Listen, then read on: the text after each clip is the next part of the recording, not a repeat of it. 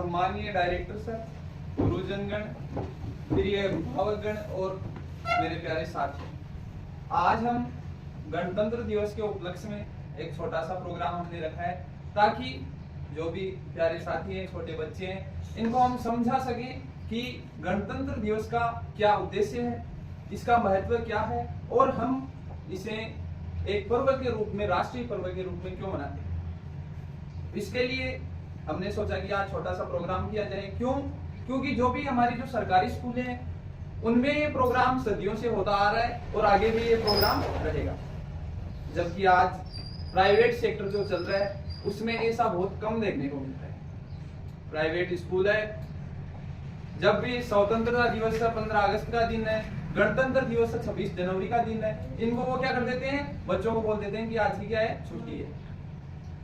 तो सबसे पहले हम देखते हैं कि हम 26 जनवरी का जो राष्ट्रीय पर्व है वो क्यों मनाते हैं। 26 जनवरी 1950 की बात करें तो हमारा जो संविधान है, वर्तमान संविधान, जिसके तहत हमारी जो अदालतें हैं, सुप्रीम कोर्ट है, हमारे राज्य स्तर पर उच्च न्यायालय है, ये अपने संविधान के अकॉर्डिंग कोई भी निर्णय लेते हैं, कोई भी फैसला लेते हैं। तो संविधान जब हमारा लागू हुआ 26 जनवरी 1950 को और हमारा संविधान बनकर तैयार हो गया था 26 नवंबर 1949 को, जब संविधान सभा की बैठक चल रही थी।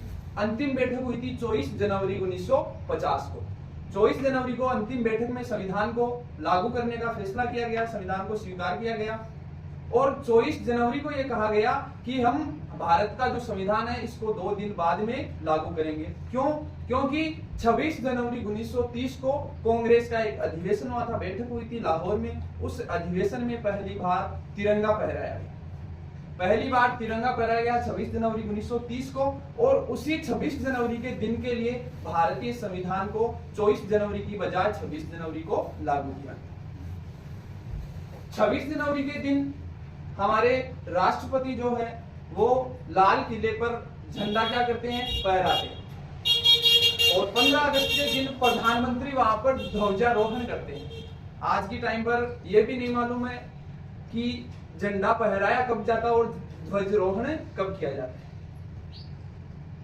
इन दोनों में अंतर है। 26 जनवरी के दिन क्या होता है, ध्वजा यानी कि जो ध्वज, राष्ट्रीय ध्वज है वो फहराया जाता है, यानी कि वो ऊपर जो लाल किले पर एक यानी कि स्तंभ के माध्यम से जो आपका तिरंगा है उस तिरंगे को बांधा जाता है और डोरी की मदद से उसको वापस खोला जाता है, यानी कि लहराया जाता है। तो वो किया जाता है आपके 26 जनवरी के दिन और 26 जनवरी के दिन करते हैं आपके राष्ट्रपति महोदय।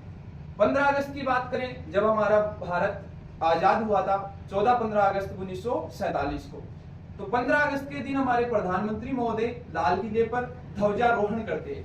क्यों? क्योंकि जब भारत आजाद हुआ था उस टाइम पर तिरंगा अपना यानी कि तिरंगे को अच्छी तरह से अपनाया गया।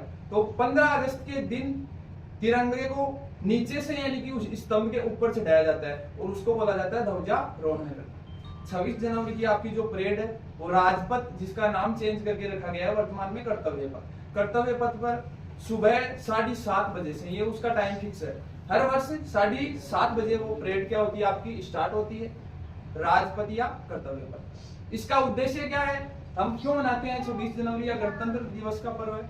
क्यों? क्योंकि हमारे देश का जो संविधान बना, इसके लिए जब हमारे भारत पर अंग्रेज जो शासन करते थे, कई हमारे बलिदानी हुए हैं जिन्होंने अपना यानी कि प्राणों की आहुति दे दी इस भारत को बचाने के लिए, अपना एक संविधान बनाने के लिए कई प्रयास किए, जिसके तहत हमें आज ये मौका मिल रहा है गणतंत्र दिवस मनाने का। तो गणतंत्र दिवस जो हमारा 26 जनवरी को मनाया जाता है, गणतंत्र का अर्थ क्या होता है? गणतंत्र होता है कि जहां का कोई भी शासन चल रहा है वो किसी दूसरे देश के अधीन ना हो, वहां की जो भी कानून प्रक्रिया है वो देश के यानी कि जो जनता है उसके द्वारा चुने गए प्रतिनिधि बनाते हैं। तो भारत एक लोकतंत्र बना है, भारत में खुद का संविधान है और खुद के संविधान के अकॉर्डिंग हर कोई फैसला लिया जाता है। तो अब हम राष्ट्रगान गाकर हमारे जो देश के बलिदानी हुए हैं उनको एक बार याद करेंगे।